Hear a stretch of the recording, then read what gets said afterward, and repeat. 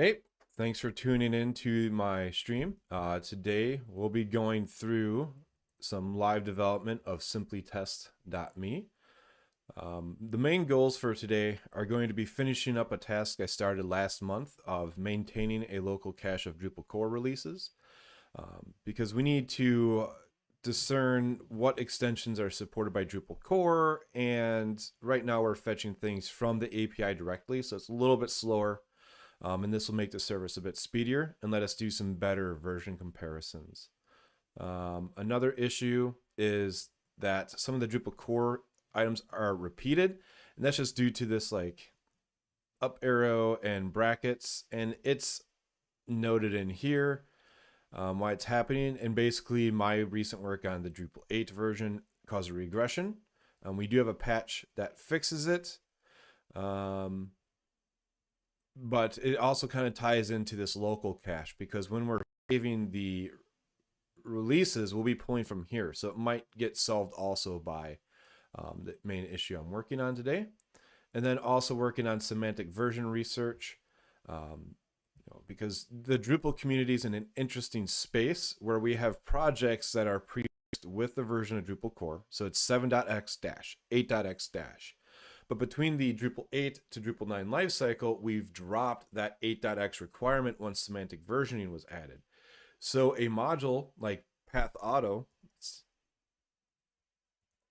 actually just go to Path Auto quick.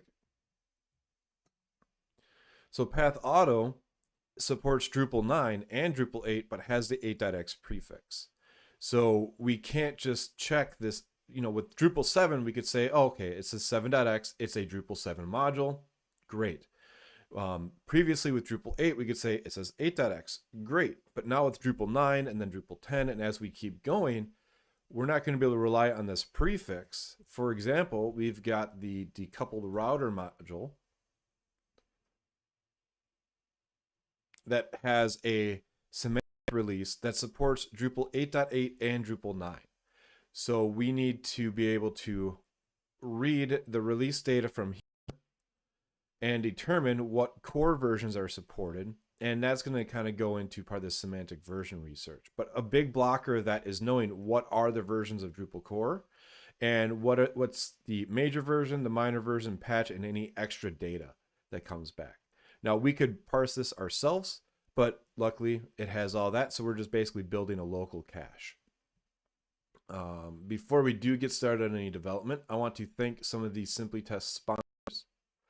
I want to say thanks to Tugboat, who provides the sandbox environments in kind, or they sponsor the developments, the sandbox environments. They're the fastest platform to automate creation of preview and test environments. So when you go launch a sandbox, it's no longer on a custom infrastructure made by Simplytest. It's actually hosted on Tugboat. I'd like to give a shout out to our sponsor, Centauro, which is why I'm wearing my Centauro shirt. They are a monthly sponsor that ensures we have sustainability for the project. And I want to give recognition to Maloon and Druid for the long-standing support as infrastructure providers for Simplytest. They've been with it since before Adam took on, and it was created by Patrick. If you want to support Simplytest and development, you can become a sponsor on the Open Collective. And I want to give a quick highlight to our top financial contributors. All right, let's get to work. Unfortunately, there was some discussion on this issue, but I had to do a rebase and push. So Benji, I'm sorry, I lost all of your comments apparently. When you make a comment on the commit and then you do a force push or a rebase, it recreates the commit and GitLab loses all of the history on that commit comments. But essentially it was, discussing on should we create a separate table for storing this data, which is what I am doing here. So right now it's creating a table to store the version, the major, minor, patch, and extra data. Yes, we do need a table because we're going to be querying against this. Benji suggested just leveraging the cache API to cache the results, which is okay, but we want to be able to do queries against this data to make it more meaningful. So that's one reason we're putting it into the database. And Unfortunately, I lost any else of that discussion because they weren't made on the merge request itself. But we're going to get cracking on this. I need to refresh my memory to see if I made tests. I did not make tests for this yet.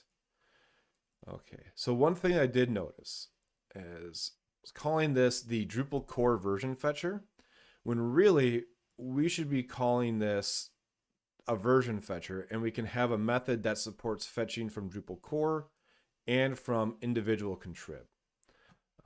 So let's start there. So this process is really, we'll start with renaming it. We're going to call it project version fetcher.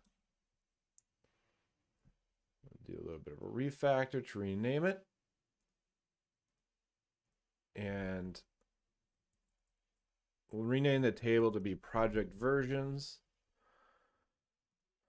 And we'll call this process core.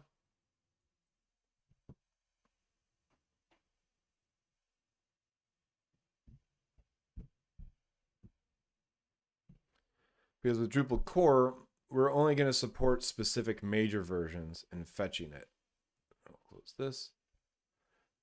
So then we should also make a public function process extension, in which we need the node ID. Actually, I wonder if we should look up we'll just say node ID.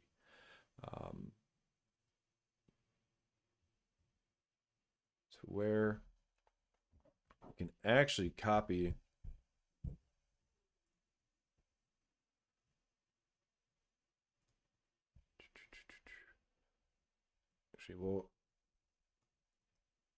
I'm going to undo a few things here real quick. So we're going to create a new function called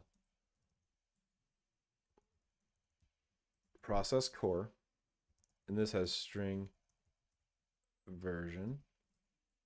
And we're going to move these into here, and then it will call this process. And we're going to pass the core node ID, which is 3060, and we'll change this to be int, to be passed a version major. Okay, so we'll call this int NID, and we'll say string major can be blank, NID there, and version, we'll say major. So we'll try this. So now we've been able to abstract this a bit, so that way it can support any extension, and now fetching core values has been pulled out into its own method. So now this is reusable. We'll change this cache tag to be versions, and then so we'll call it versions with the NID and major. And we'll write some tests to make sure this is going, because right now I don't like how this is all kind of willy-nilly. Kind of blind to the fact of what's happening. Hey Elijah, thanks for tuning in. So now we need to also adjust here.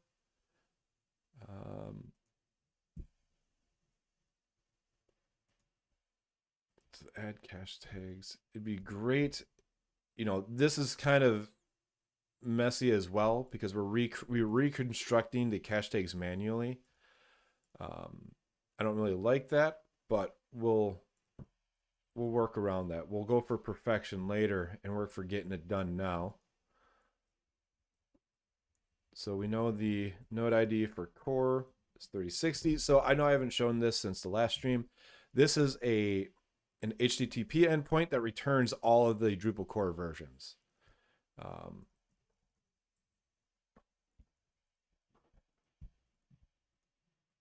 major there. And this is, of course, it feels kind of weird that this is inside a controller and not a service. So we will get this fixed up as we go. So the next step is I want to get some tests written here because I'm not comfortable with the fact that there's no testing, and we want to make sure that we can support fetching. We have a test case. We need to be able to support fetch Drupal core 7, 8, 9 releases. Fetch path auto 8.x, 7x releases. And we want to fetch decoupled router semantic releases. There we go. So those are going to be our test cases. So let's begin to write a kernel test for this. New file. We'll call it what did I name this? The project version fetcher test.php. Yes, we want to add it. Now, one thing I need to check real quick is compose. Oh, we are. Okay. I'm going to do composer show Drupal core. I don't think 9.2 was released yet. No, we're still on 9.1. There's a fun little quirk where when you use a kernel test and you make an external HTTP request, the test will die. I'll show that right now. I can't remember the Drupal core issue that it was on, but I'll just demonstrate the fact that it breaks and then say that it's fixed in 9.2. So we've got namespace Drupal test kernel. We've got extends kernel test base. We'll group it as simply test. I like to do, when you have a project that has submodules, I like to do groups by the root module, or in this case, the profile, and also in the actual project itself's name. So in this case, it's going to be group simply test and then simply test project. We need our setup.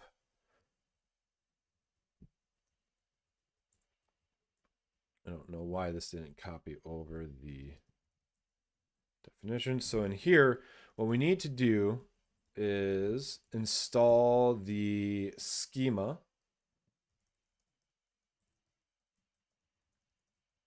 for our table, which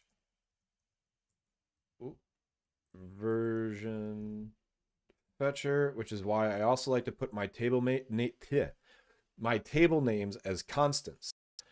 Because that table name is used inside our install hook for creating the table and for updating and creating the table.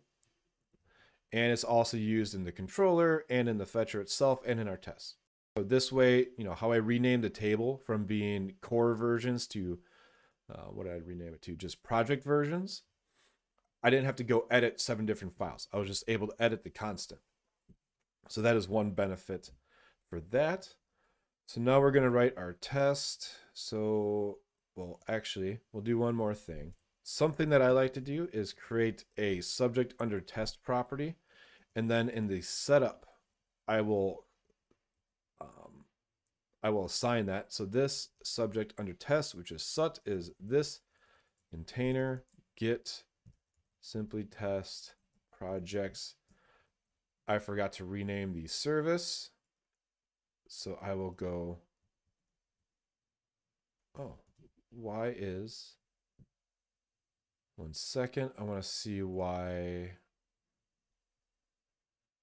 my Symfony stuff is not working. Might be because it's broken. Yeah. So we'll fix that. That's why it probably didn't resolve, because when you do the refactor and rename, it gets about everything, but the Symfony plugin does not handle the refactor. So PHP Storm won't update the classes inside your service definitions, which is probably why this was broken. So now if I paste that, and I do a command click, I'm able to get to my class. Perfect. And this whole pattern of using subject under test, I'm pretty sure I borrowed that from JSON API. I noticed that in a lot of their test classes. So the JSON API maintainers had that paradigm and I liked it. So I started doing it as well. Just make sure this gets type hinted. All right, so our first step is to public function. We want to test Drupal core releases, and we will do a, let's see, we'll start with 9. So we'll say core 9 equals this, subject under test, process core 9, and we will say this assert equals, we're going to say an empty array, and we'll kind of just take it from there. Let's see what happens. Actually, it's a void. So it inputs into the database. So instead of asserting something comes back, I need to fetch from the database. So let's see. We want to do database equals this container get database, and so this is again one reason it'd be great to move that to a service, because right now I'm about to manually or into the service itself, because I'm going to be rewriting the query right now and essentially copying it from the controller. So how about I just copy it for now, and this will serve the base as to what gets put into a controller. So we have the major version as 9 right now. The results, we'll say this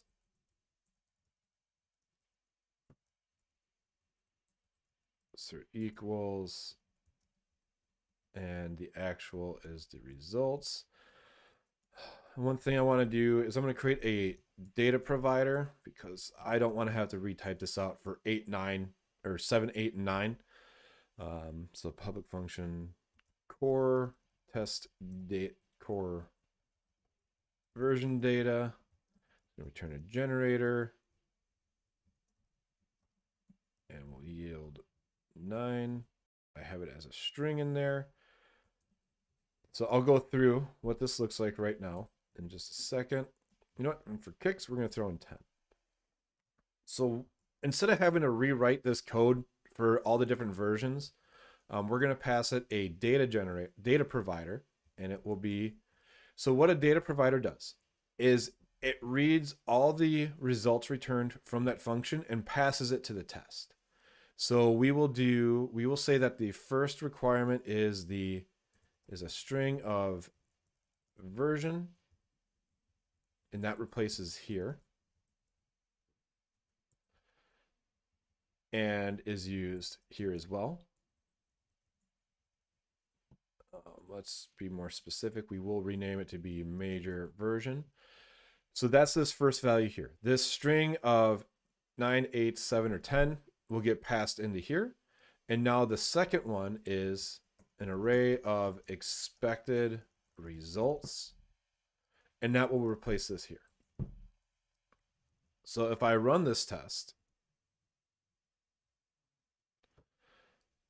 it will run 4 times based on this test data here. It might take a second to instantiate, but we're also going to crash and burn because of that core bug I was talking about here, or not quite yet because I didn't install any of the modules. So when you are using a kernel test, it is great because you're using a minimally bootstrapped version of Drupal, but that also means dependencies aren't resolved. So you have to define modules to be enabled when you use their services. So we will rerun everything because that should be good enough now. But once it goes out and tries to ping Drupal.org is when we should see an error. Unavailable module, simply test project. Oh, come on. Sorry.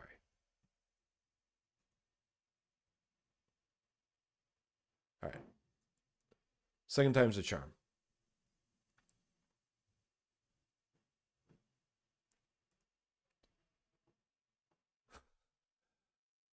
Oh, install schema. There's the typo. The typo wasn't even in the fact of the modules. It was inside of the install the schema because I had a bad module name. All right, third time.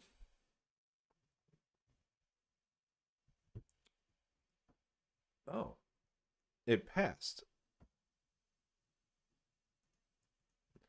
But we know that's wrong because it shouldn't be an empty array. So let's look at process core and at process and see if it's allowing a silent failure. Doesn't look like it.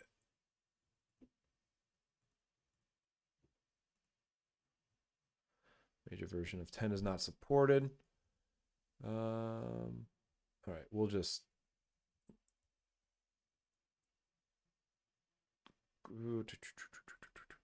actually, to me that means we should change how the code runs for process core. Instead of being array, it should be int and no, if version is less than 7. It's because we don't support 6 or lower. We'll go there. No, nothing will ever show up for Drupal 10.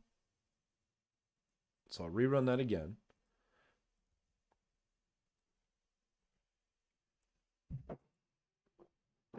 And then we're going to see why. Oh.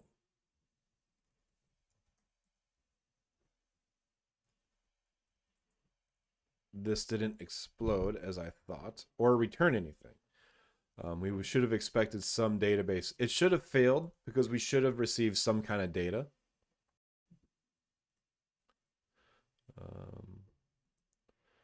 So we'll try to run this in Xdebug right now.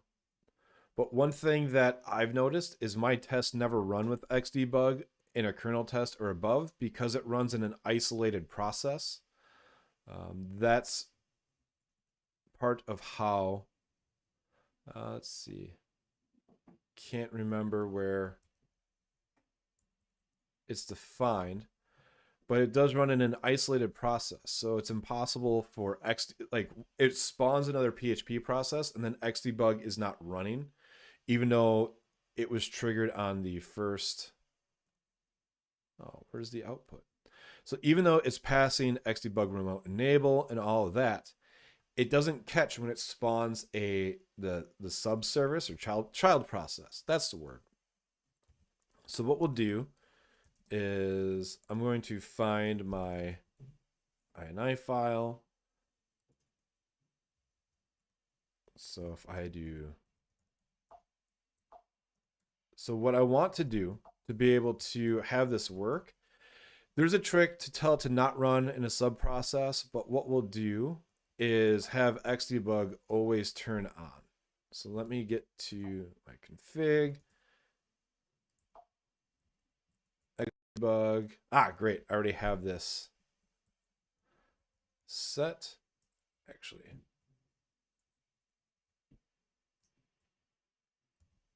I want to turn that off. So what I'll do is I have it that Xdebug auto start. My local is still Xdebug 2. I don't have Xdebug 3 in my local, so this might look different if you have Xdebug 3.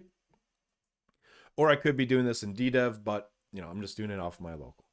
So this way, whenever Xdebug is turned on, it will have remote auto start set to 1. So if I save that, and if I try, let's debug this individual. It would help if I threw a breakpoint somewhere too. So now these should catch. Or not. Hold on. I do need to turn on this enable because it's not being told to enable when the child process is spawned. All right.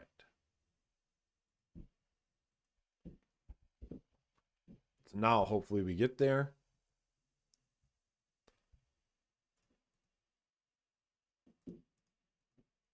Okay, standard input. So when it runs in an isolated sub process, in child process, it creates this file called standard, which is like a template file almost. And that's what gets caught first, and that's what's running. So once it hits our code, great. So now we hit the, why is PHP CS running?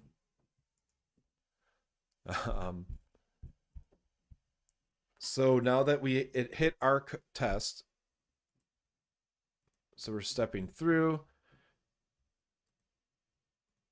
So our URL we got here, response. Oh, it returned data.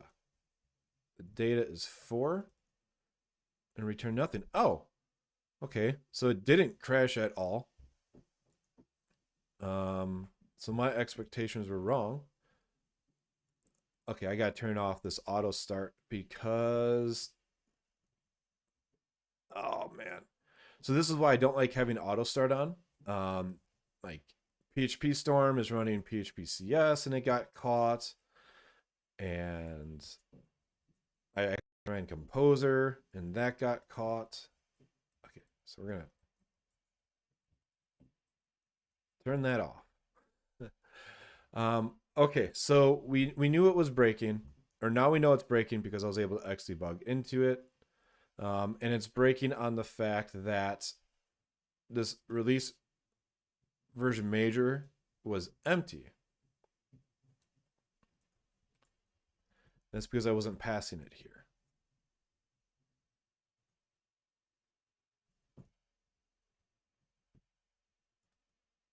Which I don't know if I should have that as a string or not. Technically, it always would be an integer. So we'll allow it to be null, and we're going to recreate how we build this. So query is type of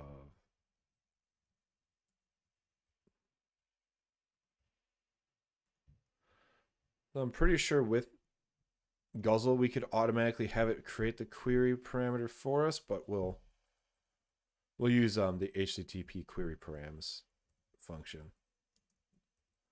So the project is the node ID.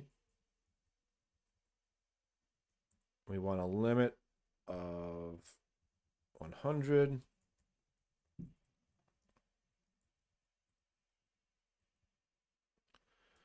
We want to sort it by the created date.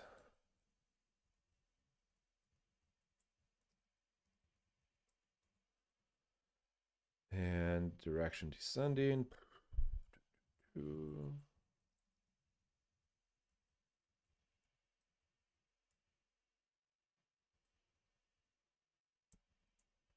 And the conditional. So if major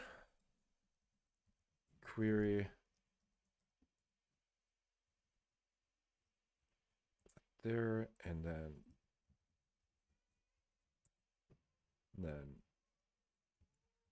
page is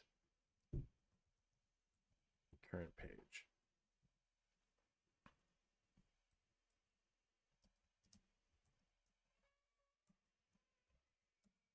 All right, so that will give us our query right there.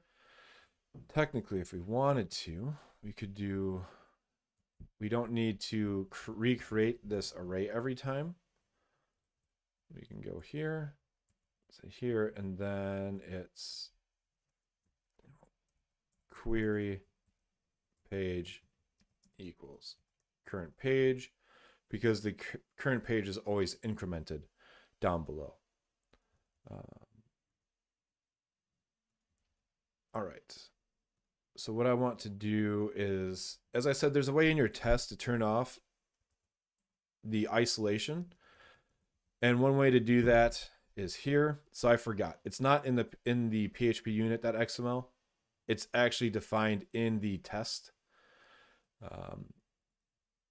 And this helps prevent having global state changes So it says you should not override this. You shouldn't, because your test will fail, but it lets you do xdebug. So we're going to run it. And if you let a test complete with that turned off, it will complain about global state being changed and polluted between tests. So that's one reason that exists. All right. Let's run xdebug and see where we get.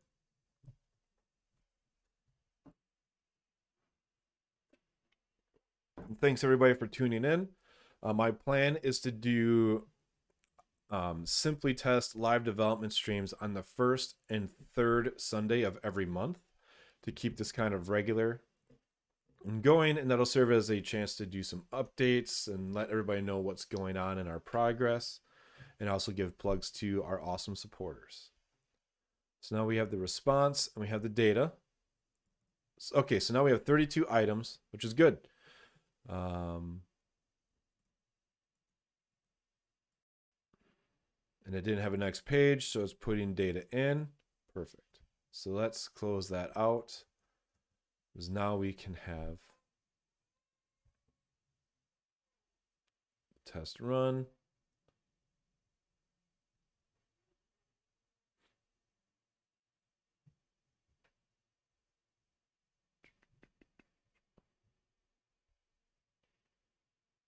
It's taking a bit.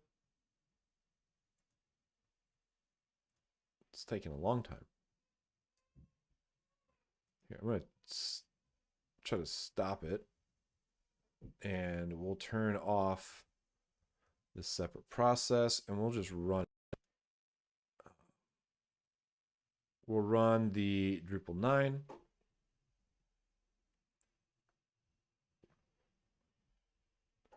Just realized one problem with this testing setup is we would need to create 31 entries.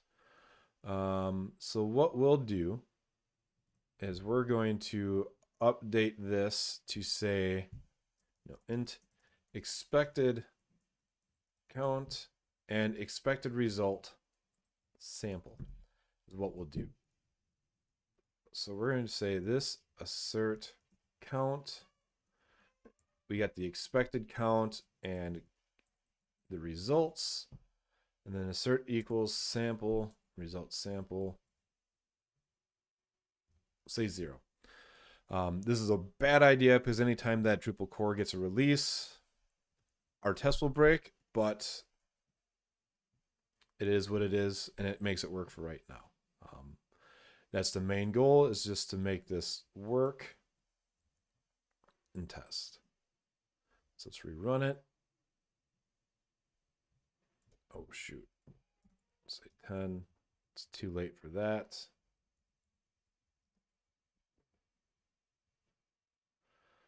And this should be 0. Object. Oh. Okay, so we will assert equals, and we will cast this object to an array to make life easier.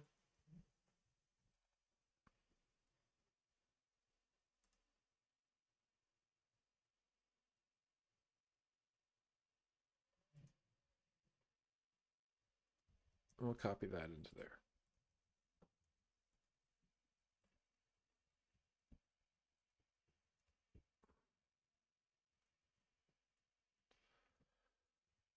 So it's not the best test, but it's at least making sure that we get a few things and that it's working as we would expect. So let's run it against. So I have a feeling for here we would get, what would it be? It'd probably be like 8.9.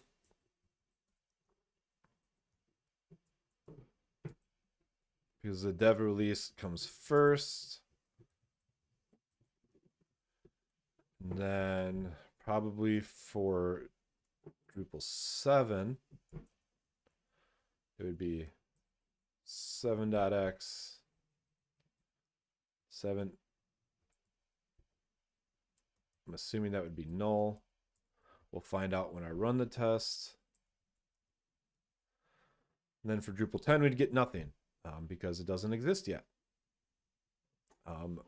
I don't even know when the 10.x branch will be cut open, probably sometime around like 9.3, I would imagine. I know there was talk about that in the D10 readiness channel.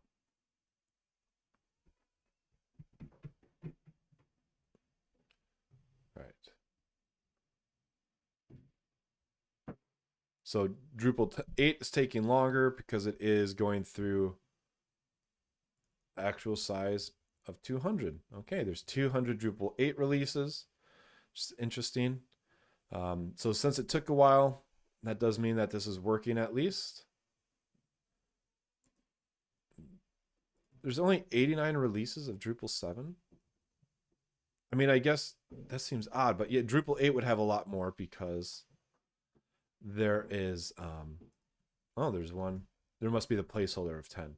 So I guess it makes sense why Drupal 8 would have so many, because every minor version was there's times that we'd have like 3 releases for Drupal 8 between different minor branches.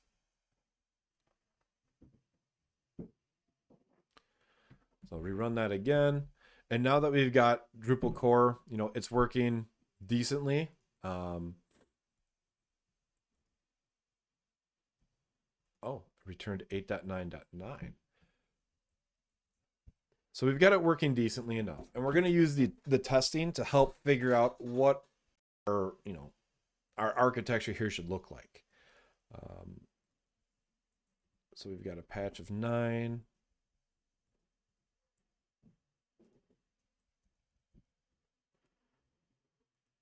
And extra is null. So we found out before that this extra would be, it would be dev, alpha, beta, not beta, beta or RC. That's what that extra defines. So let's check the run again. Oh, 7.9 is what returned first.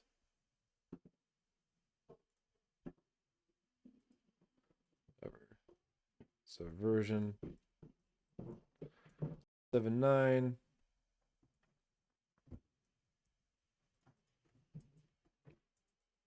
9, 7 at 9 and 1. I guess it's a good test because it did verify that it returned if something was an insecure release that comes back through. So that way we can choose to filter that out. So we'll store it, but if somebody that way we can say don't return any insecure releases to the front end. And then we've got the placeholder 10.x. I don't know about anybody else, but I'm really excited for Drupal 10. I know it seems kind of like scary because we just had Drupal 9, but I'm excited for it, and I just wish I had more time to contribute a few things to improve it. But maybe I can start doing some Drupal core contribution sessions on the other days I'm not doing simply test ones. And as always, if you have any ideas on things that I could do a live stream for to hack on, I am open to them because these are fun, and I like to try to share information and, you know, like this is how I would do something. Okay, 8.9.9 is returning insecure, but now we should have green tests. So we've got our baseline. We've got our baseline. We know this works.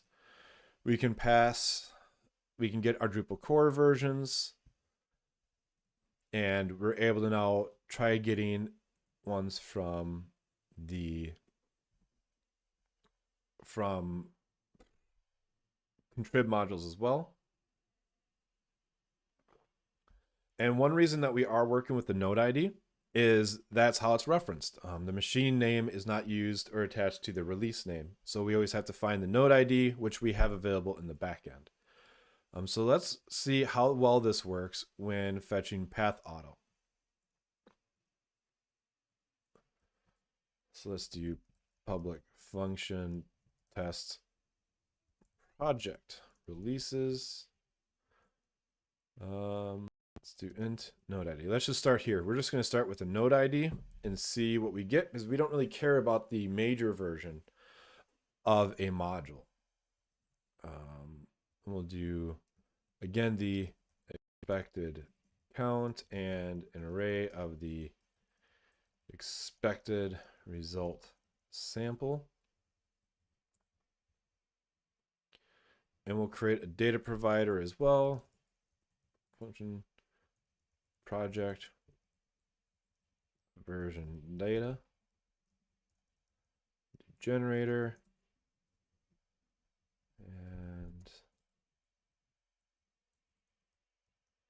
data provider. I don't even remember what I just typed. Project version. Okay. That. And really, I guess we'll just copy this here. I'm going to say process node ID. Oh, I guess that's one flaw in this schema is it doesn't say what project it's for. Cache of project. So this is one reason I like doing test-driven development, because we're finding things as we go, instead of, like, I guess you find things as you go too when you are just working with it, but it feels much faster when you're writing a test and you take your assumptions, then you get those assumptions passing, and then you work in the next step. It's like, oh, well, I found this bug. So we'll just call it project. We'll just say NID. We'll say project NID. So the description is the project node ID on Drupal.org. Type is, what is it? What would be a good one? Int? No. We don't want to say serial because that makes it a unique name.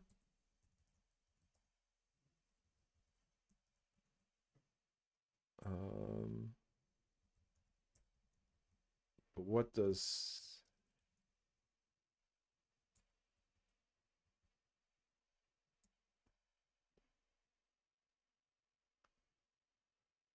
I guess we just do int and we'll deal with it from there. Hey, Oliver, thanks for joining. So do that, and I'm pretty sure when we do type int, we don't need to give, it is unsigned and not null.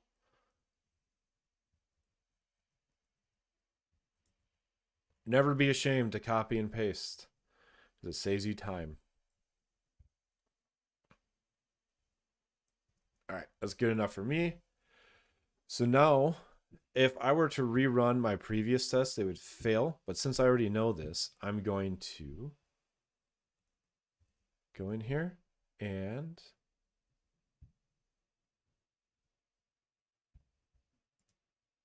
merge. Let's see. So the project node ID would be what we passed in here. Could just refetch it from the response, but we'll just call it that. Actually, no, we'll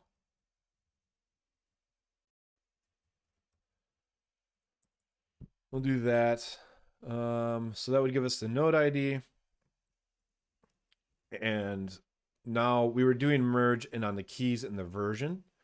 So let's look back at what I did here. So primary key is version, but it should also be the project ID and the version is the primary key, because we don't want any duplicate versions of the project ID and the version. And then we'll make another, we'll update the index to also include the project ID. We'll make an index for the project ID itself, because if we want to query all the projects there, so that's okay.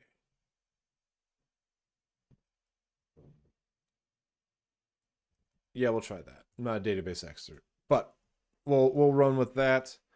Um, Now, I am concerned that I broke something, so I will just rerun the tests to make sure they're green. Again, the whole point of doing test-driven development is write a test against an assumption, get it green, make more assumptions and more changes, see if you broke something, like I did. No such column project ID because I called it an ID. Yep. Primary key.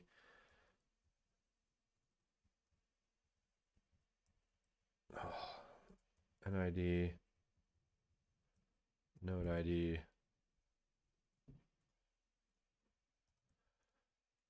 Which means that I need to update it in here. Oh, no, I put it right there. That's great. Good job, me. I did it right in one place, but not where it really mattered.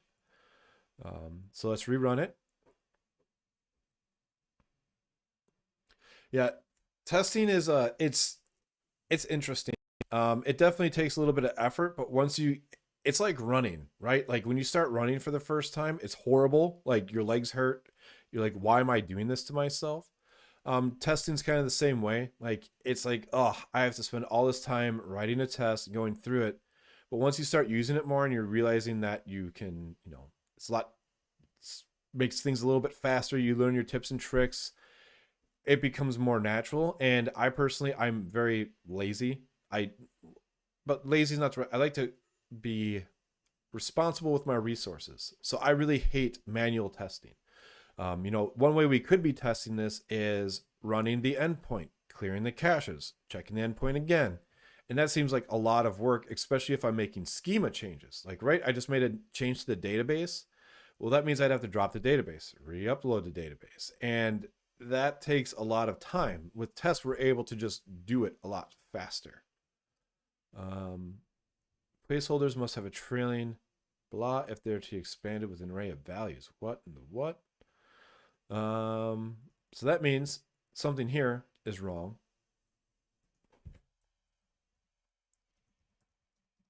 So real quick, I want to just throw on the debugger and set this to false again. So it is one that if you were using Lando, DDev, Doxel, whatever, and you had X and you're running your test inside of your container, then you could have the always on Xdebug run this. It's just, I don't do it that way.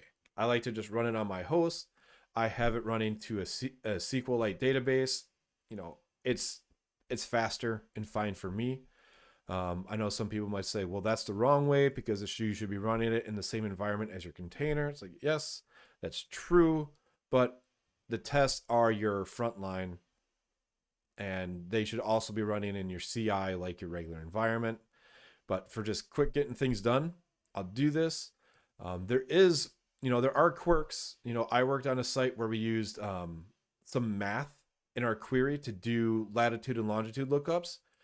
You can do it in MySQL, but as soon as you go to SQLite, you have to have SQLite compiled with like a math extension, and it doesn't work. So yeah, you do need to be mindful that there could be differences, especially at the database layer. But unless you know that, you're fine kind of just doing the most easy way to get testing running locally. So I wanted to figure out why this came up with an array, and I have a feeling because it's a reference, it did something like this, where it has URI and ID. And I just want to double check it. So field release project.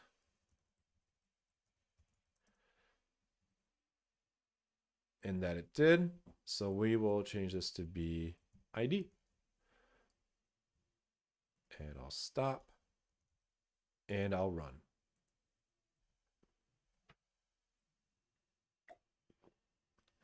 And we'll be really excited once we get this sorted out. I can get back to the front end and some of the JavaScript items. And I'd love to start writing some JavaScript tests using, what was it? I think Karma's for unit tests, and Mocha builds on Kernel and is for functional tests. Might consider using Cypress because that has a I think, a better barrier to entry for some folks. But also, Drupal core does have a functional JavaScript test library in Nightwatch.js. So it'd be nice to leverage Nightwatch for this as well. So that way we're using all of Drupal core's or Drupal's testing frameworks, and it provides an example for other developers. I don't like to, when working on an open source project, I don't like to reinvent the wheel. I like to reuse the tools available because that becomes an educational tool for others. So if somebody wants to learn how to get into testing, great, I can pop open Simply Test. Or I always recommend going to Drupal Commerce. We wrote tests all over the place for that thing. That was like my one agenda, was to make sure everything had tests before being merged. So if you want to get into testing, there are resources and examples out there for you. Why is this taking forever? One second, let's run this. Let's try to run this. Oh, shoot, that's why. Sorry, I left that isolated process. Let me run it again.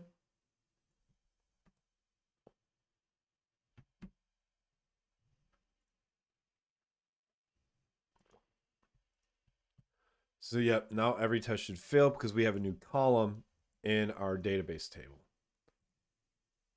Sorry, my mouse has died. There we go, came back. I don't know what is up with this thing, but my magic mouse just randomly keeps disconnecting. And I don't know if it's just because it's old. It came with my iMac that I bought 6 years ago or so, or if it's now just my MacBook doesn't like the mouse. I don't know. So I'm in the market for a new mouse. Somebody suggested Logitech has some nice ones, but they're out of stock. So that's a future purchase I'm looking to make.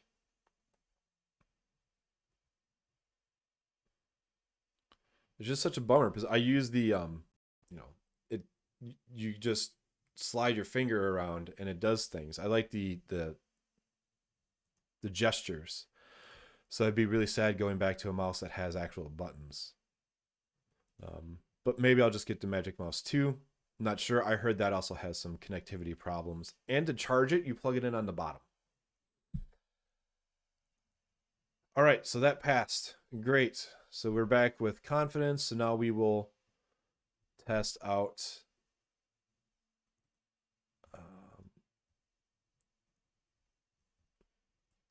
we want to make, so one thing I noticed right here, let's go back. I jumped ahead without explaining. So we'll go here, and we decided our test is going to require the node ID, the expected count, and expected result example. So let's do a yield, and let's look up the, is this still running? Yeah.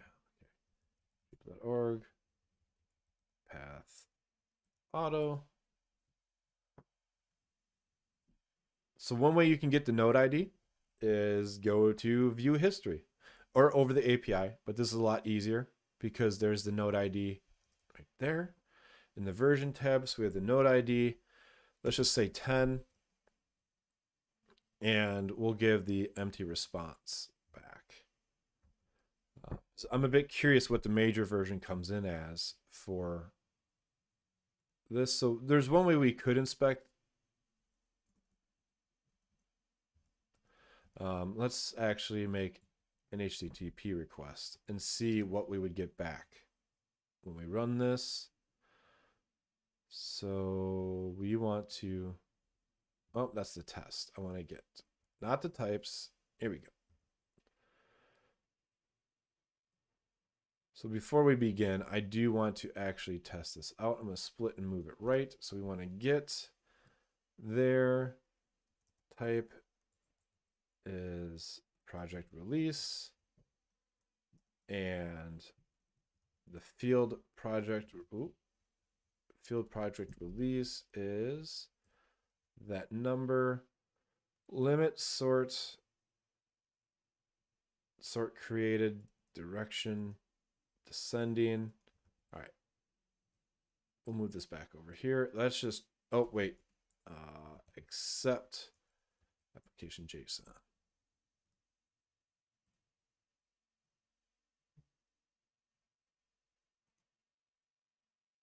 Okay. So let's see what values we get back in here. So the major version is 1. So actually, in the release data, we get nothing about the major version of core supported, which I forgot. That's where the semantic version research comes into play. So this is still useful though. We still want to be able to cache all of this because right now it's cached as serialized data in the database. I can explain what that means. So let me do ddev describe. So that's the current ports it's on. That's the hardest part right now is all this is so intertangled. Okay, the port's already set. So let me refresh this real quick.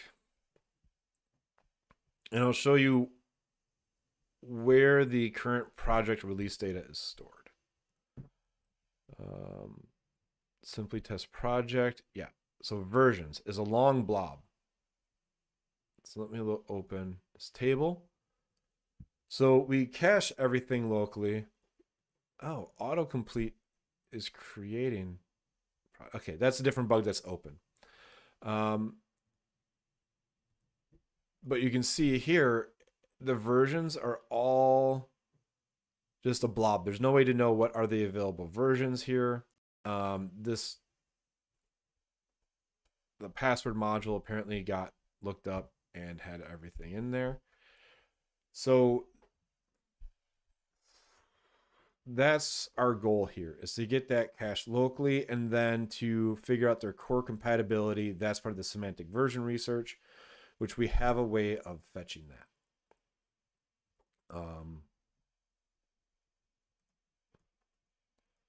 So we will shoot. Now I wonder if this is the wrong approach and we should have a separate table for core and one for versions.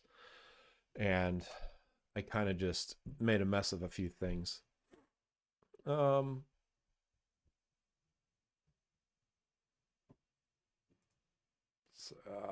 see. No, I think we're good to keep going how we are. So we will check that. So we will process the. So we're going to take the node ID, the amount of results, and come in here. This is giving me an error because it says that major is a required version. So just because I have it type hinted to allow it to be null, it's not defaulted. So we're going to add equals null. So that way it's not a required parameter. And we're not going to add a condition of major, but we are of the, why did that?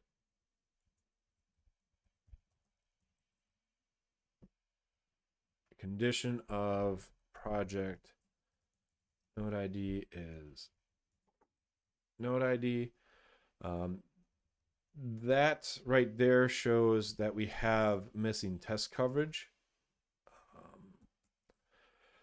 Because we didn't have this condition before. So if you had multiple projects being fetched, you were going to get mixed results. So we did find a bug that we fixed. We don't have explicit test coverage, but that's okay. So let's just run this and we'll see what we get. And it's one of, I would rather focus on the future of semantic versioning and less on the old project versions. Like right now, that is the use case where most things have 8.x, 7.x. However, but eventually we will be moving away from that as projects create new major versions for whatever reason, maybe just to take advantage of semantic versioning. So I don't want to build this with the past. I want to try to focus on a bit of the future. So that's where we'll keep this table of project node ID with the major minor patch, and then we'll just have to make another table that stores the release compatibility with core, and that will be for all non-core projects. So in here, that's our result. It's just, this does feel a bit weird with how it's stored.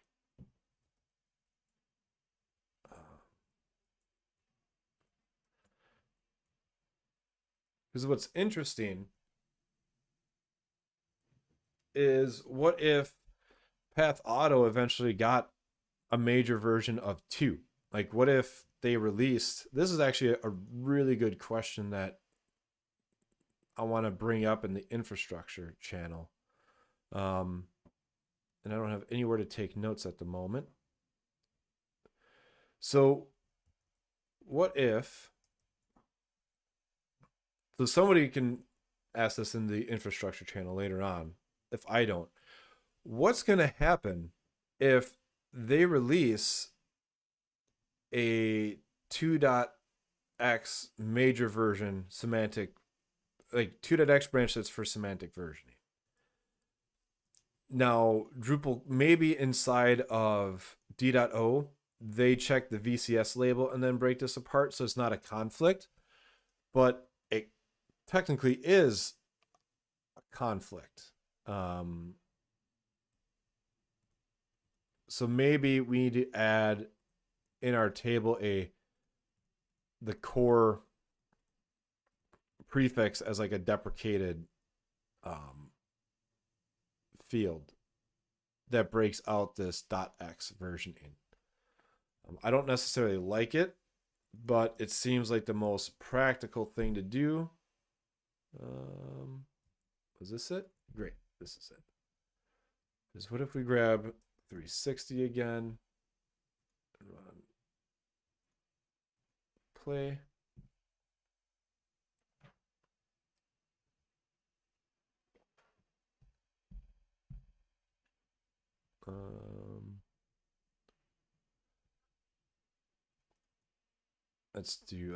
Let's fix that to check the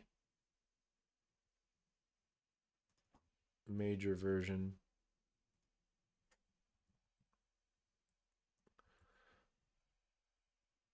So major version 7.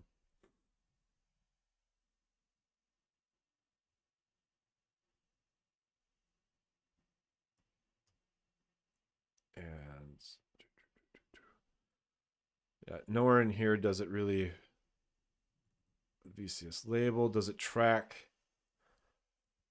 the core, like the core prefix isn't tracked anywhere. So now I'm really wondering if I went down the wrong path in trying to normalize between the project releases and everything else, which is a bummer. Let's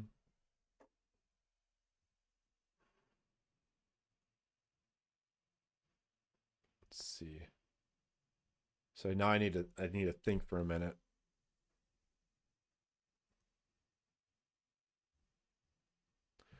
All right, we're gonna check something out real quick. We're gonna check out in here. We realize that there's a release history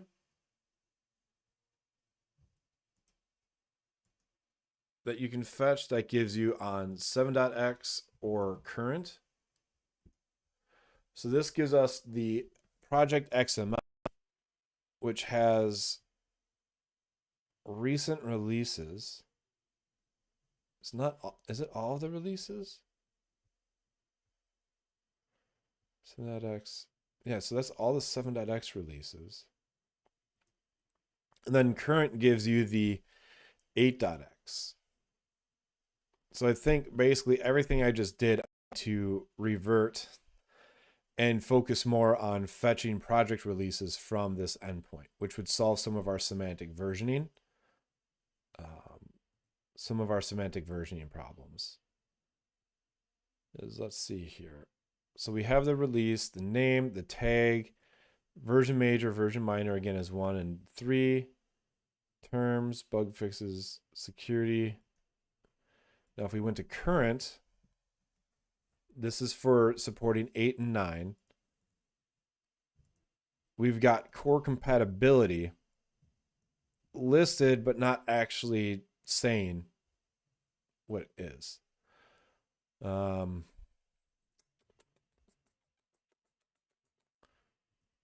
shoot. This is not going how I had planned with trying to simplify this by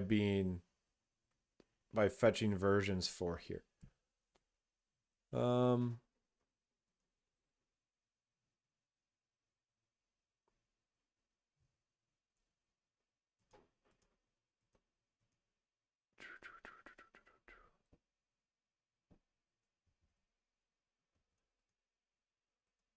So I guess this needs to just fetch Drupal core versions. We at least got the test going, and then we'll figure out contrib releases as we go through here. So I'm going to, what was this previously named? Drupal core version fetcher.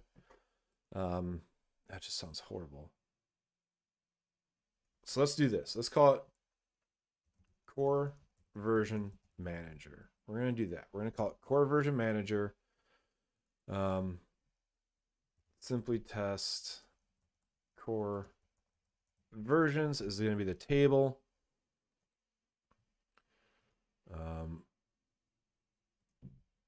We're going to change this back to being just process, and we'll take int major version. Nope, kind of stinks, but sometimes that's just what happens. Kind of go down the rabbit hole, and then you realize that it was a mistake. But I think that's okay because it gave clarity to the other issues. So major versions is not supported. Nope, this would be 3060. Major will always exist, and that will be major version. We can do that here. Project NID is useless again. You can put back this cache tag. Let's see, let's clean up any unused code there. The controller, let's put back that. This, now that we have, I'm just calling it the core version manager. Let's say, instead of process, let's call this, I'm not going to refactor. I'm just going to break everything. Let's call it fetch versions. Great. And then public function get versions.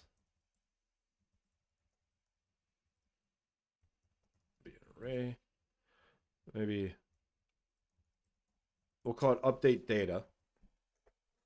And then we'll have a function that says get versions. And that is essentially what will be called here. Let's see. Return. Or we'll fetch by that there, and we can call it self table name, self table name. We've got the database. Okay, so let's go through to this, and we're going to private core version manager. Let's add core. All right, so it didn't work how I expected, but I actually like this more. Like instead of trying to blob it all together. So we got core version manager is core version manager. Update the PHP doc. The core version manager.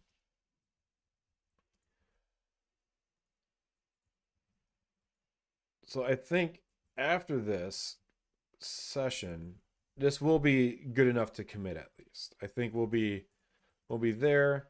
It helped get some clarity on the feature. We're going to rename this to core version manager. Because what we'll be able to do is for each project, we'll be able to query the 7.x and the current and then compare. We'll be able to break this apart, this version constraint, and determine the major and minor versions that are supported. So I think this is okay. It's a bit of a back and forth, but I'm pretty confident that this will be a good way to go forward. So we've injected the core version manager. So in here, we're now able to say results equals this core version manager, get versions, and major version. I'm pretty sure that I wonder if that would automatically change cast to an integer if we said int, but I'm not about to find out. All right, so there we've got that refactored. We'll test that out a bit. We'll remove that unnecessarily. Actually, we'll keep it. I don't need to be changing too much in one pull request. So we've updated the controller. We've got this renamed and the service renamed. Let's redo the install, table name, core versions. We don't need this project NID anymore. Cache of Drupal core releases. We can put that table name back and we'll revert these indexes. Okay. So now our tests are going to be a little bit of a nightmare to fix up, but we'll remove anything project related. And this test project release will delete. And now we've got our test in general. So this needs to be core version manager. Okay. So that's all set. Test Drupal core releases. Let's update the test major version. The expected release count and the expected release data sample. So one thing we could do to make this be less volatile is we could create a mock data that intercepts the outgoing request and returns our own JSON blob. But we can do that later as it adds a bit of extra work. So right now we've got process core is not a valid name anymore. So we need to do get versions. Now we can replace this results with this. So get, oh wait. Now this is get versions. This is update data. Okay. So we can delete that. We don't need a database anymore. Let's run our tests and see what happens. And then need to also verify the results from the controller. Which, cool news, we can do that via a kernel test as well. And I need to relook up a blog post I wrote because I don't remember how to do it. Oh, that's right. We can remove this NID because that doesn't exist anymore. Let's just rerun the tests. While that runs, I'm going to try to find my blog post.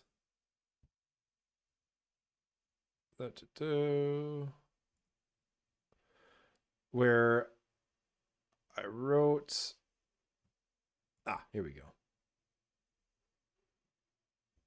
So there's a way to process a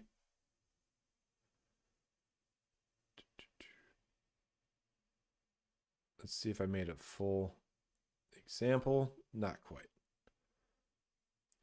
So you're able to create a mock request and then pass it over a kernel test as well. So I'm going to work on that to test the endpoint. Great. So we've got our test screen again.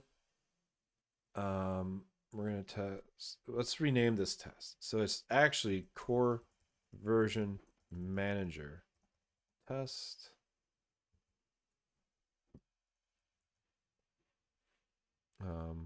Let's do, this is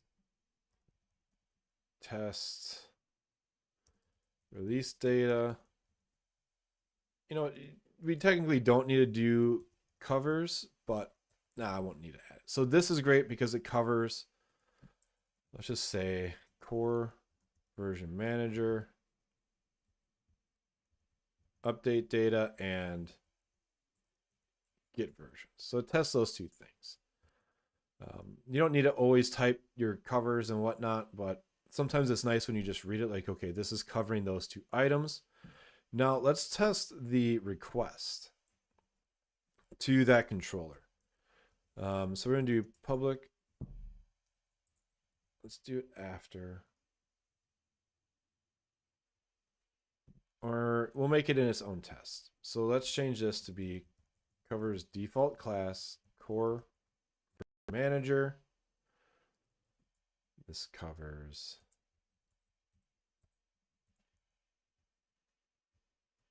great. So we've got our covers definitions. We'll do, what was the name of the controller? Core versions. Let's call it a controller test.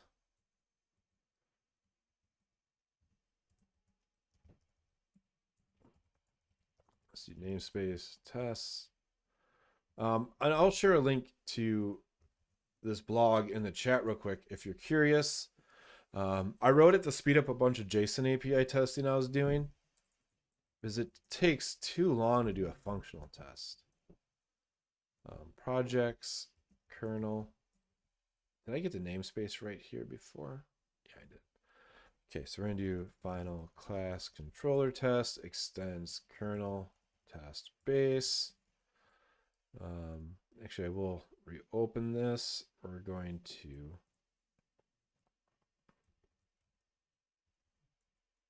copy those items. We actually don't need subject under test. So we're going to do public function tests core versions.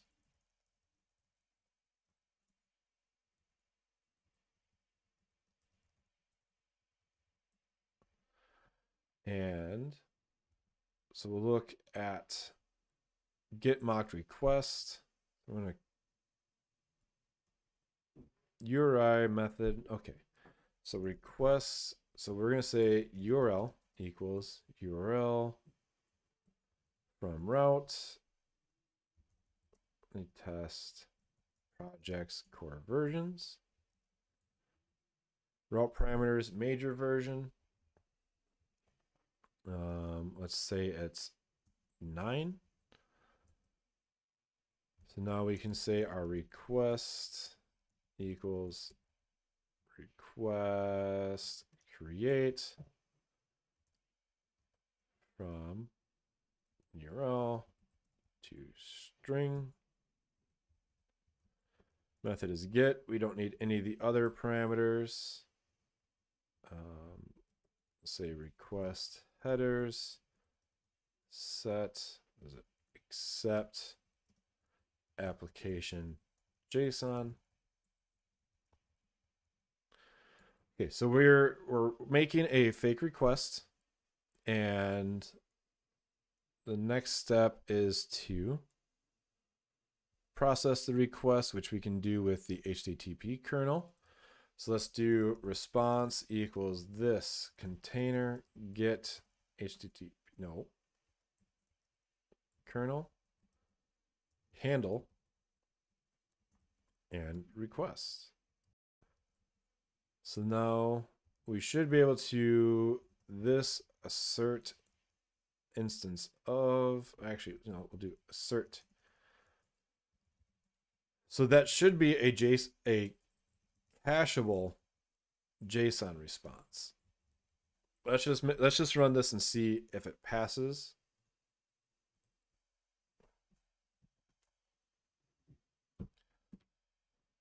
Now there's a bug in here. Oh, they're not performing. Oh, so let's see. Let's check. Well, we want to check the headers first. So assert equals. We'll say that the expected is an empty array, and response. Oh, so oftentimes when I'm debugging or testing stuff, I just do like assert equals empty array, assert and equals string, something basic, so I get all the data back and I can just debug it. It's a little bit easier than running, not easier than running xdebug, but can be more efficient sometimes.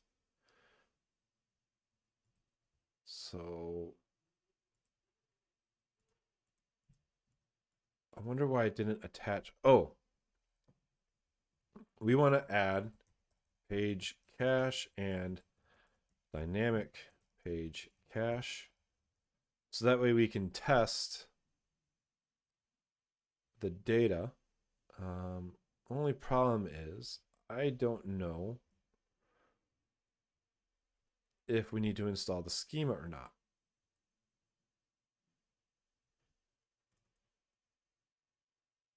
And that's a functional, well, we'll find out. I'll rerun the test. So I want to assert that it's a cacheable JSON response and has our cache tags in it. Because whenever we update and query for the core data, we want to refresh that data. Why isn't it including any of that? Oh well.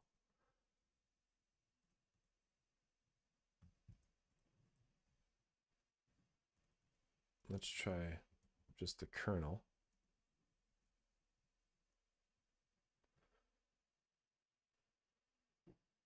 And the benefit of doing it this way, it's not quite the same as the browser emulator, but this took 4 seconds to run, where any functional test at least takes 45 seconds to run, just to do like the full bootstrap. Site path cannot change when calling HTTP boot. Okay, so yeah, we need the HTTP kernel. Request.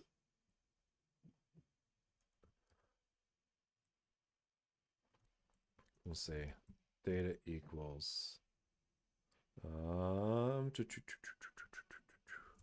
JSON decode string response get content.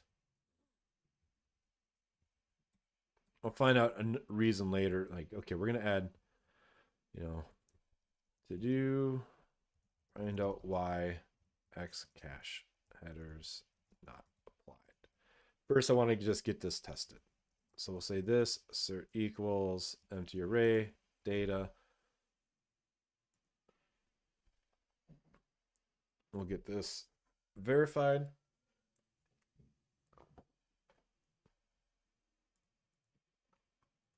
So we got list is empty. But that's not right because we should have data.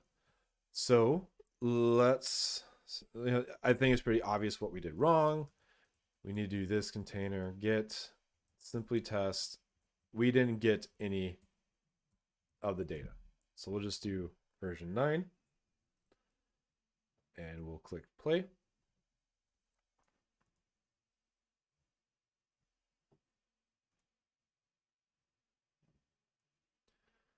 Now we should get back some versions. Perfect. We got back version. So again, we'll do the good old this assert count is 32. 32 data list, and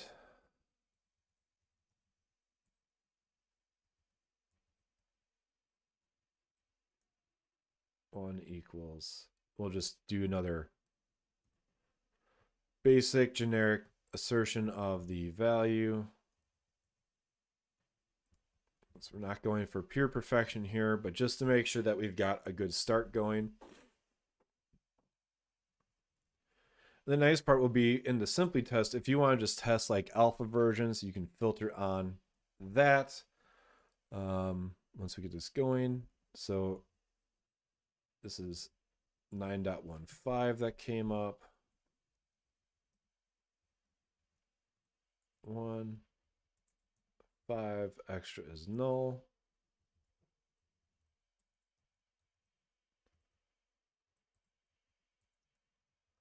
Perfect. So if we rerun that, so again, this test only took 5 seconds, and we're using a kernel test to fetch, the response from a controller, which is fantastic.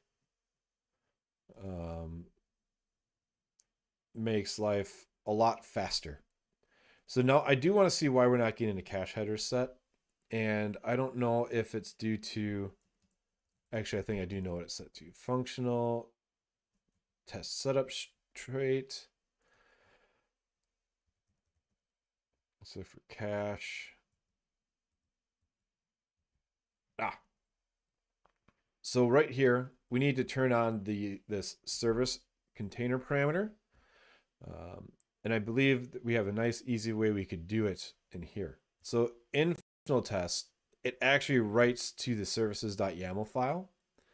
With our test, what we can do, so if you didn't know this, kernel test can implement container alter or service modifier interface. And the service modifier interface is part of Core's Drupal dependency injection. Core's dependency injection unless you alter the container. So we're going to implement the alter up here. And what we want to do, oh shoot, I lost it. Here we go. So we want to take this parameter and we're going to set it to, so container set parameter true. So actually when the service container is compiled, it will set this to true. And that way we will get our cache headers back. So we can come back to here and say this assert equals empty array, response headers all. And let's play it again. Because the one thing I want to verify is that we are getting that we're doing a cache hit and cache miss when it gets updated. So now we should see, great. So now we've got the extra cache tags. And I just realized that this was being over and blocked a bit. I apologize for that whenever there was a test failures. So let's take, so we'll say this assert equals response get.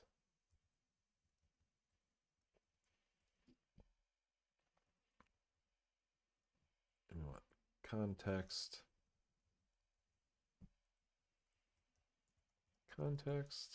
and the max age.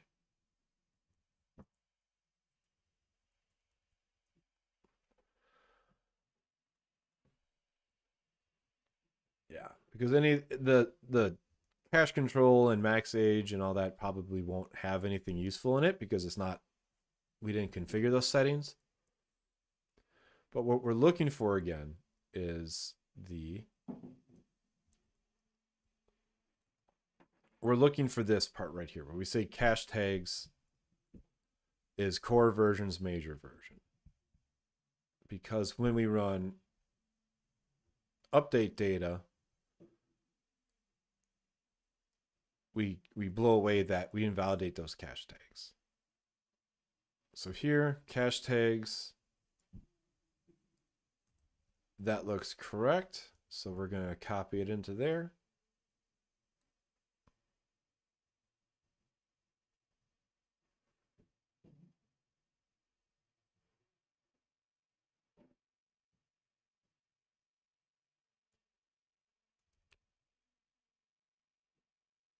And this is for before. Okay, so yeah, there's no context. There's just that. And there's one more that we should have had, and I forgot to grab it. It should say if it was a miss or hit. That's the next part I want to test out.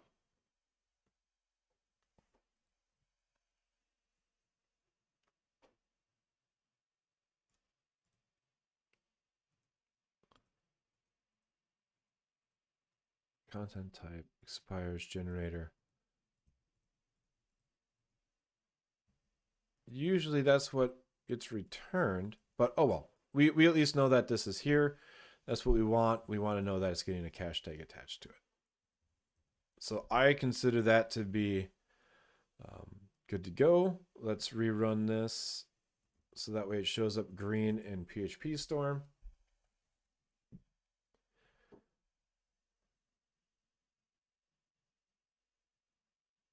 And we'll, perfect, great. Let's see the database. I did do a reinstall earlier, which had the existing code and table, but we'll just drop. We're going to drop this table.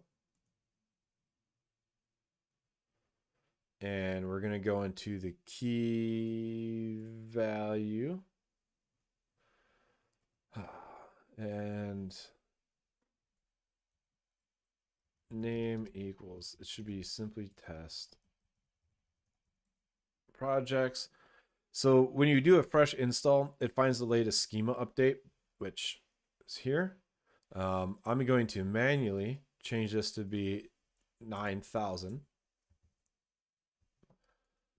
Which the general practice is 9 is the prefix of the core major version, and then the leading zeros are your update hooks. So your project could have up to 999 hook update functions before it runs out.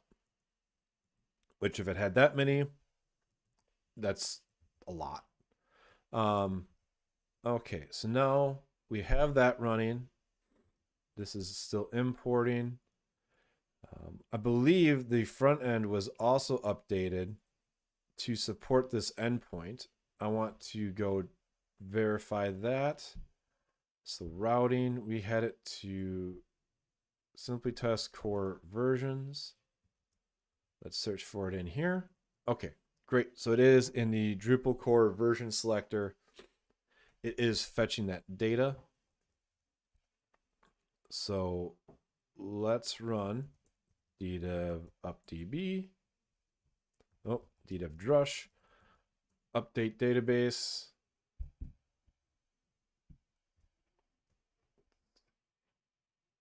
Hopefully it doesn't interrupt this import.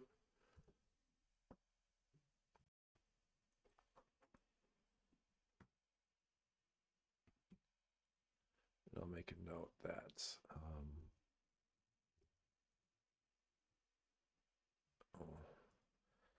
FYI, this will also be fixed by, wrong way to embed that, as we will pull Drupal core releases from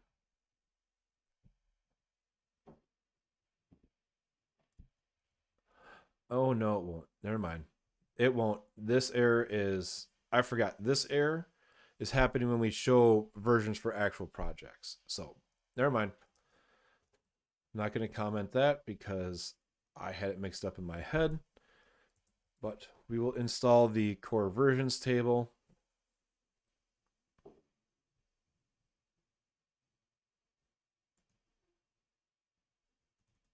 Oh, I wrote a commands too. So that needs to be fixed. All right. So if we refresh our database, we will see simply test core versions, and it's got our table. I forgot that last time we did create a drush command for this. So we're going to call it core version manager and core version manager as well here. So we'll call this update data. That's the command. Core versions update, and we'll say update data. We'll cast it to an int. So if I wanted to, so if I did ddev drush simply test, I don't like having things so namespaced. Like, we don't really need to call it projects core versions, but whatever. We'll keep it like that for now.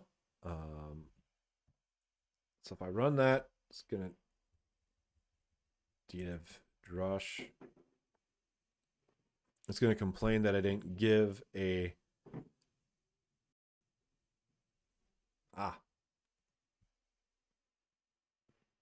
because we have the separate services here, core version manager. So now we need to do a drush cache rebuild. Sorry, I'm bouncing around a little bit. I want to keep an eye on this batch progress as well.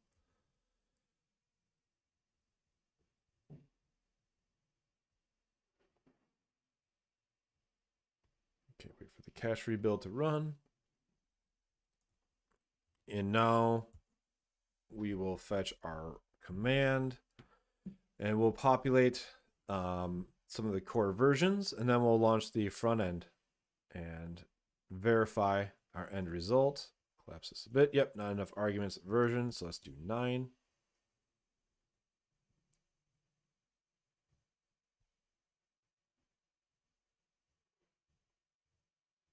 Let's do 8.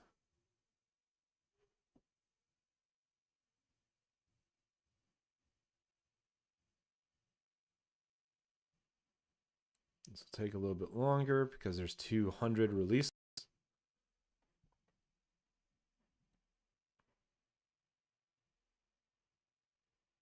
And we'll add 7. So now if I go into the database and open the core versions table, we now have all of the items. As you can see, a bunch are insecure because there's been security releases that have gone out, and we've got everything. Great. So now let's go to the home page for the project.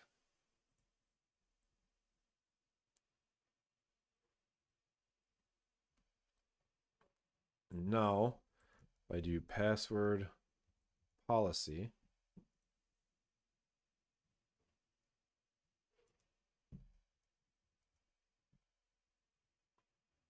it should work, but let's see why it didn't fetch any of the versions.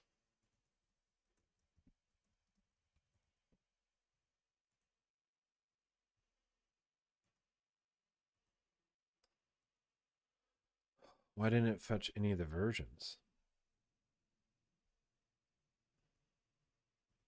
Because that kind of is required in order to test this. 1 second. Let's see if I can figure out this part. Project. Let's go for short name, password policy. Yeah, it has no releases. This is another, there's an issue here. This whole part needs to be fixed. Fetch project. Oh, we have a constant for that. Full versions.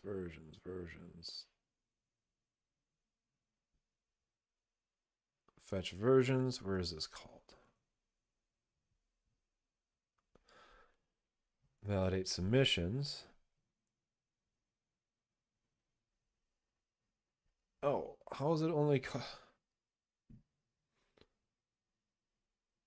get the available? Oh, fetch project. So it's supposed to be fetched whenever a project is imported, but it's not.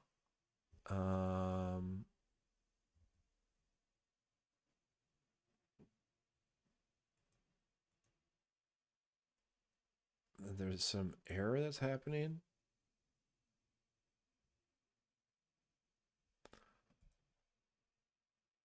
Fetch version data for password. Why is it?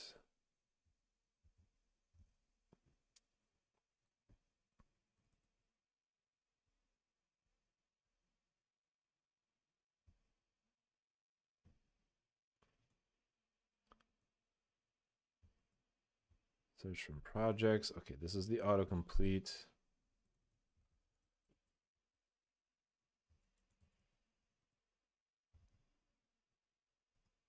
Let's see if I can quick find this out. Fetch project. This client get. Oh, so we're searching from the Drupal.org API for the project name. We get the data. Then we find the project we searched for. Title. Project data. Get project type. Sandbox. Build the data. Oh, why is it creating a project every time we search for something?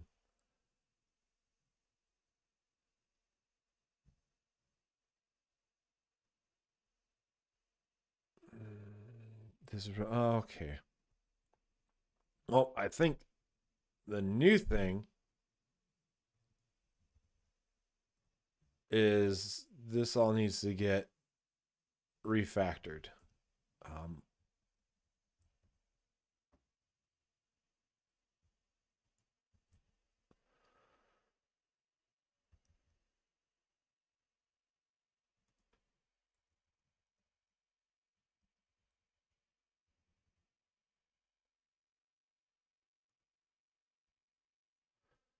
Yeah, that I don't know why this stopped working and doesn't have any of the data in it, but let's see if I can just fetch those projects manually. And that's just a whole other area that needs to get reworked. Oh, here we go.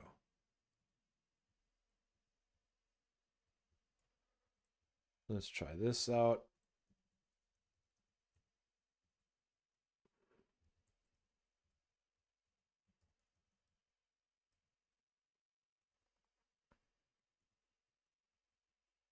Get the versions.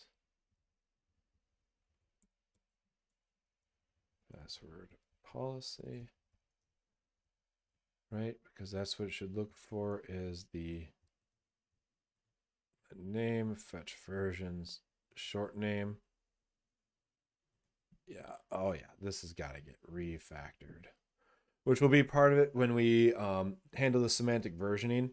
So this next step is when we will end up using the release history data instead of fetching it via get ls remote and a few other things.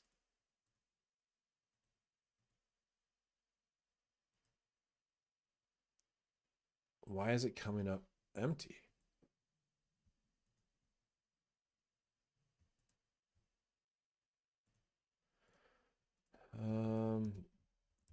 Data of xdebug on. That's going to end up killing my batch, I bet, because it will restart PHP FPM. Yep. Oh well. Let's see if I can restart it.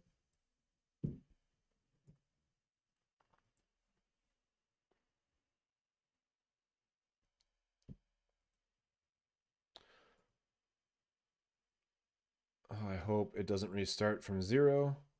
But now we've got xdebug on. Okay, that's finishing up. Xdebug is on. We're going to run this request again.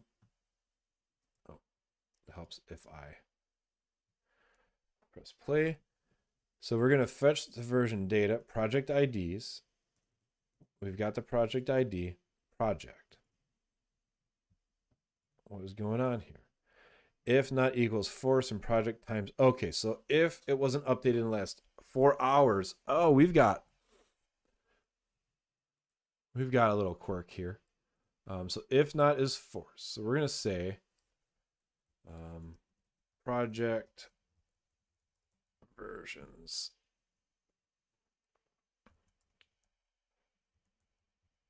Get versions. So what we can do, this is a fun little bug. So get versions equals.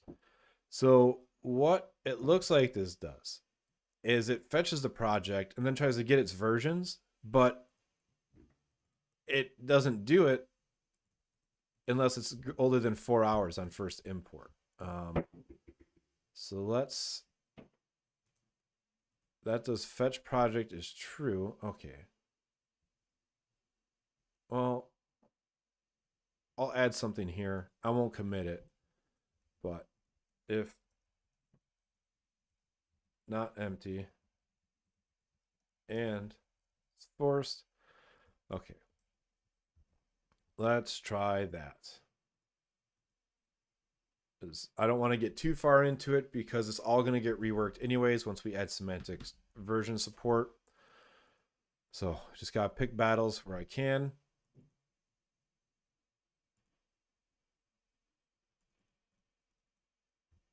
What in the world? If not empty version 0. This is just silly now. Come on.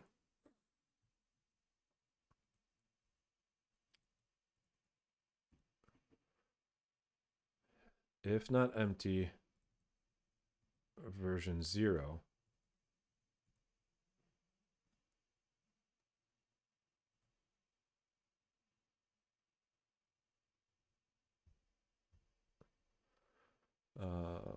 Let's return array filter. Let's try that.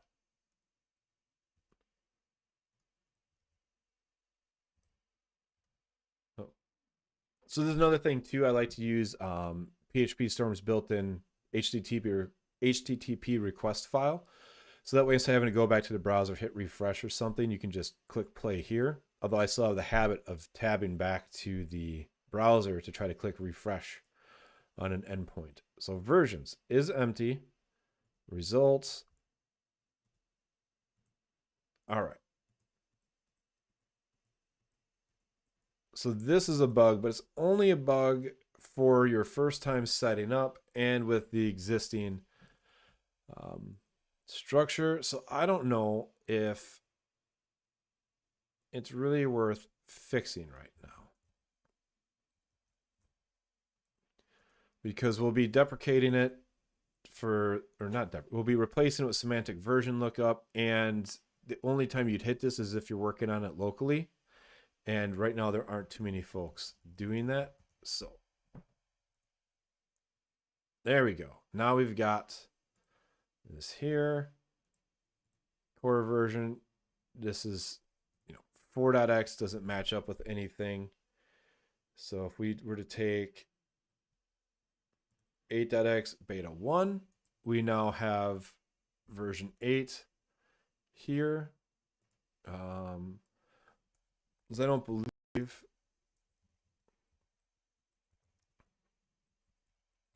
password policy. I don't believe it has a Drupal 9 compatible release.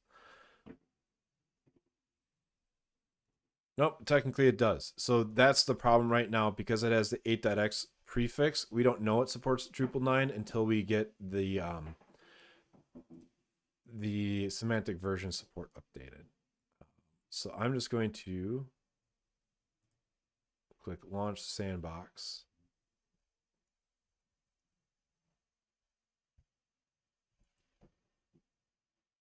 Okay, there we go. It is running. So as I said, Tugboat is our provider for our preview and sandbox environments, and that's exactly what's going on right here. We made an API request, and Tugboat is building a new environment, and that's where this test site will launch up to. So while that's going, I'm going to just review my commit. I'm pretty happy with this. I think we're ready to merge it so I can start working on the project version support. I do want to make a comment here. I believe when we land, it will remove the need for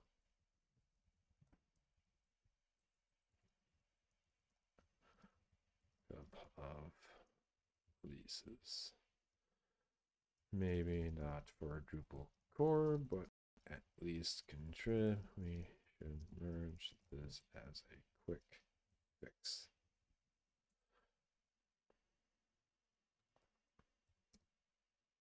All right. Save that. That's almost done.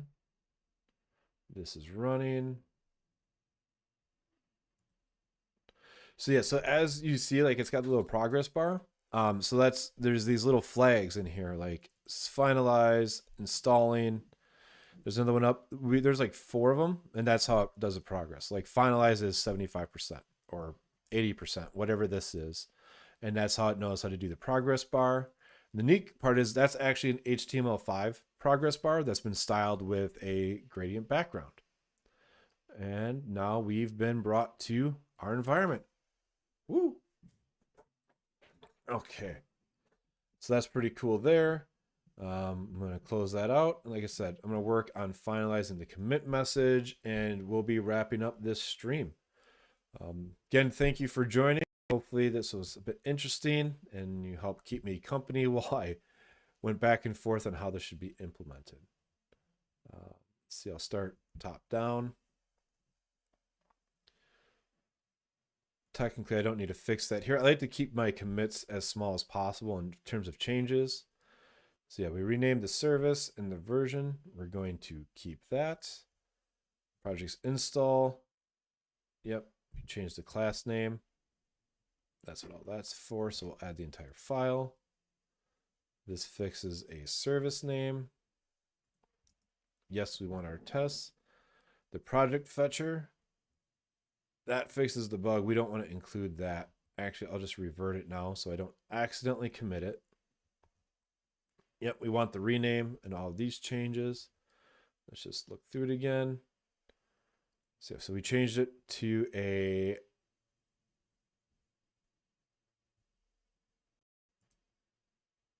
if less than 7. Move that out to there. This looks good. Entity, we'll put that back. Like, yes, merging that would fix a bug now, but I don't want to just stuff it into here. Core version manager. One thing though, I don't believe the database is used anymore. Nope. So we can remove that service. It's not required.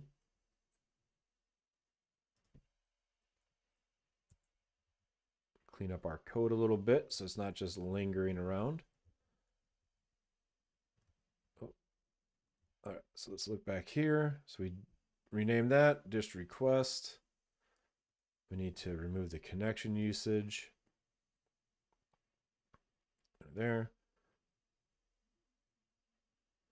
Perfect. And we moved that database query into the service. So let's take that, fix the command. All right. Rename service, add test coverage. Now let's push it.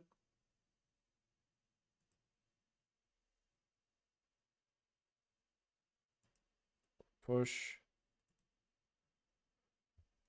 And if we look at the issue and refresh,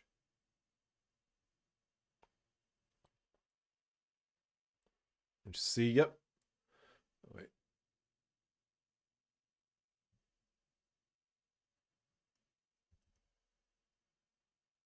It should say I added a new commit, but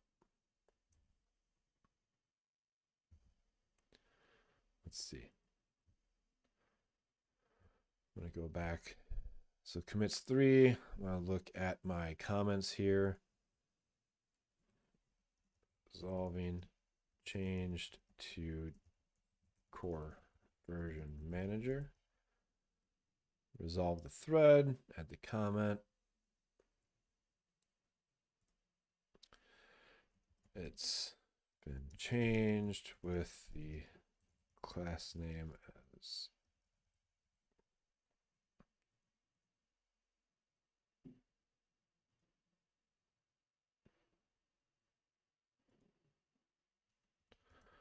call that done. All right, so I think that's good. Let's refresh this one more time. And it should show all of that updated. Resolved all threads. Each review. I think this is good to go. Now we have the database table for core versions to use on semantic version support lookups. Next task is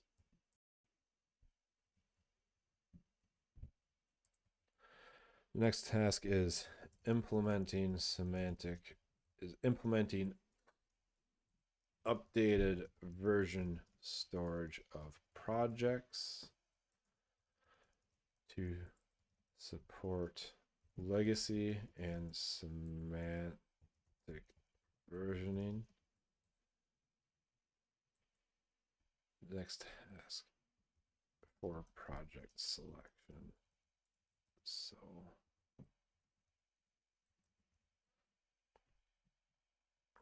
but renamed for the actual renamed to match actual code that will be added. All right, there we go. I'm happy with that. I will ping Adam to merge this and get reviews on this. So thanks so much for tuning in. I'm gonna head out now. We've got this one task done. So like I said, I'll be doing it on the 1st and 3rd Wednesday of the month. Let me look at my calendar real quick to figure out when that is. So the 21st, I plan on doing another one of these for Simply Test on the 21st. Again, if you want to support the project and ensure we have funding for development to get over this hurdle, there is the Simply Test Me Open Collective. So thanks.